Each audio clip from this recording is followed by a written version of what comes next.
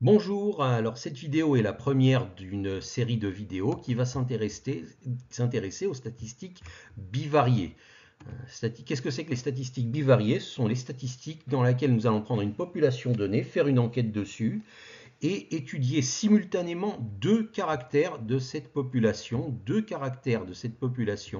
soit pour établir qu'il y a un lien entre les deux, soit pour infirmer un lien entre les deux, savoir si ces caractères sont liés ou s'ils sont totalement indépendants. Alors je vais prendre un exemple, vous pourrez extrapoler ce que je fais à n'importe quelle autre histoire que vous auriez étudiée. Voilà, par exemple, je souhaite savoir s'il y a un lien entre le temps passé par les clients à l'intérieur d'un magasin et le montant de leurs achats. C'est-à-dire que je voudrais savoir si sur un magasin donné, euh, il s'avère que plus les clients passent de temps à l'intérieur, plus ils achètent pour un gros montant, ou alors à l'inverse, plus les clients passent de temps à l'intérieur, plus ils achètent pour un montant faible, ou alors, troisième solution, qu'il n'y a aucun rapport entre les deux, entre le temps passé et le montant des achats des clients. Donc la population que je vais étudier, ce sont les clients d'un magasin, et les deux caractères que je vais étudier simultanément dans cet exemple sont le temps passé par ces clients et le montant de leurs achats. Donc je vais étudier donc deux caractères pour cette même population.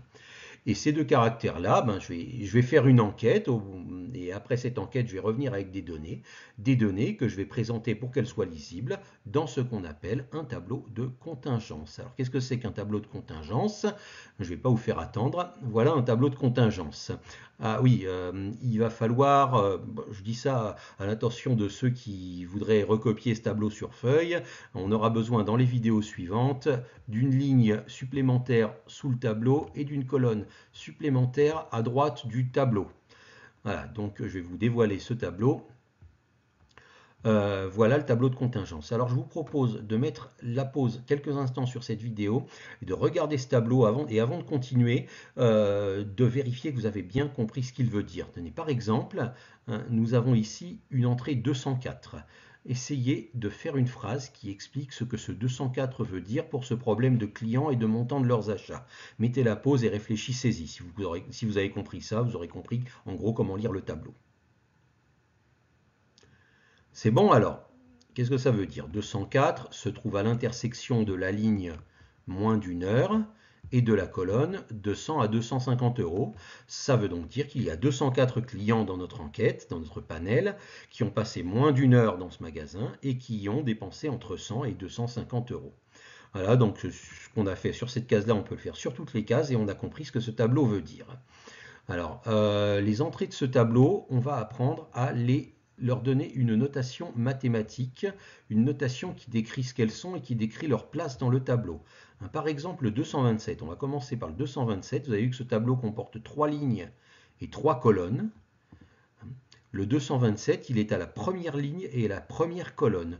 Voilà pourquoi je vais noter la notation mathématique de ce 227 va être N11. Alors pourquoi n? Parce que n, c'est la lettre que l'on donne en général en statistique aux effectifs. Ça indique que 227, c'est un effectif, un nombre de clients. Et là, il y a deux fois le nombre 1. Ça indique tout simplement le numéro de ligne et le numéro de la colonne. Le nombre de gauche est toujours le numéro de ligne. Le nombre de droite est toujours le numéro de colonne. Il ne faut surtout pas les intervertir. Donc là, c'est les mêmes. N11, on pourrait écrire en écriture mathématique, N11 égale 227. Et ça nous indiquerait que 227 se trouve à la première ligne et à la première colonne. Et de la même manière, si je prends ce 204 ici, il se trouve toujours sur la première ligne, mais il se trouve sur la deuxième colonne. Voilà pourquoi ce 204 serait noté N1, 2, première ligne, deuxième colonne.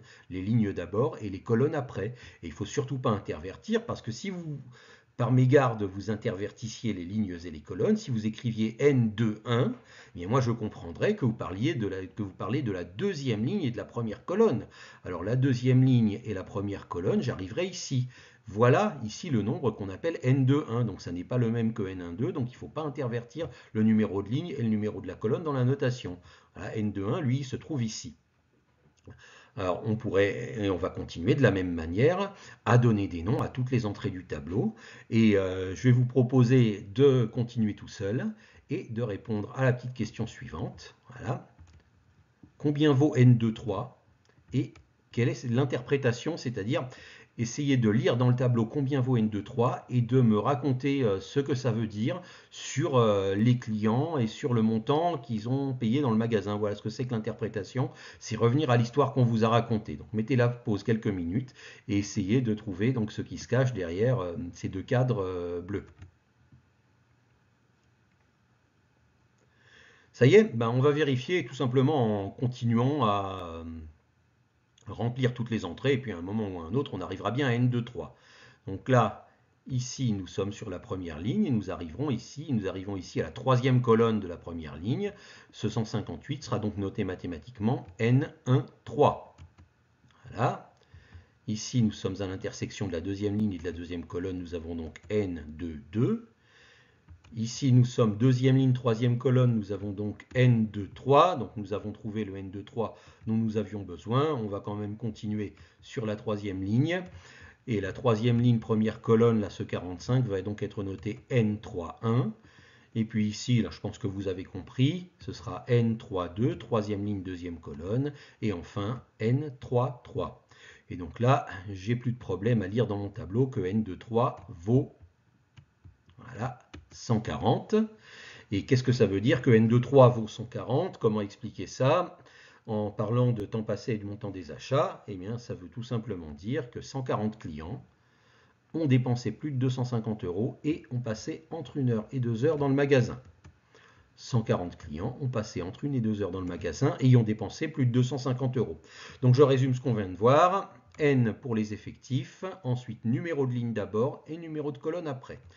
J'insiste sur le N qui désigne les effectifs, c'est-à-dire le nombre de clients, parce que dans ce tableau, on aurait pu choisir de mettre autre chose que des effectifs. Qu'est-ce qu'on aurait pu mettre dans ce tableau si on n'avait pas désiré y mettre des effectifs?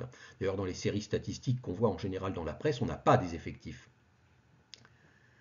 Eh bien, on aurait pu y mettre des fréquences, c'est-à-dire des proportions.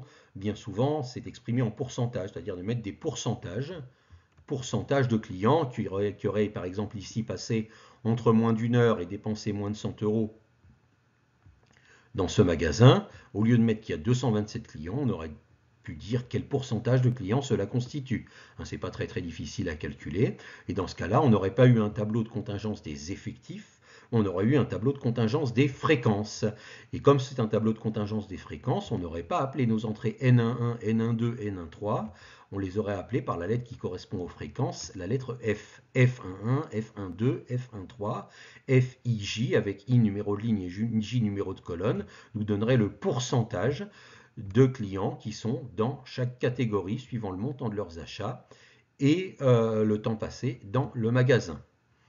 Donc voilà, nous avons vu ce qu'est un tableau de contingence, nous avons vu comment noter mathématiquement, suivant les lignes et les colonnes, les entrées du tableau de contingence, et nous avons vu comment interpréter pour revenir à l'histoire qu'on nous raconte.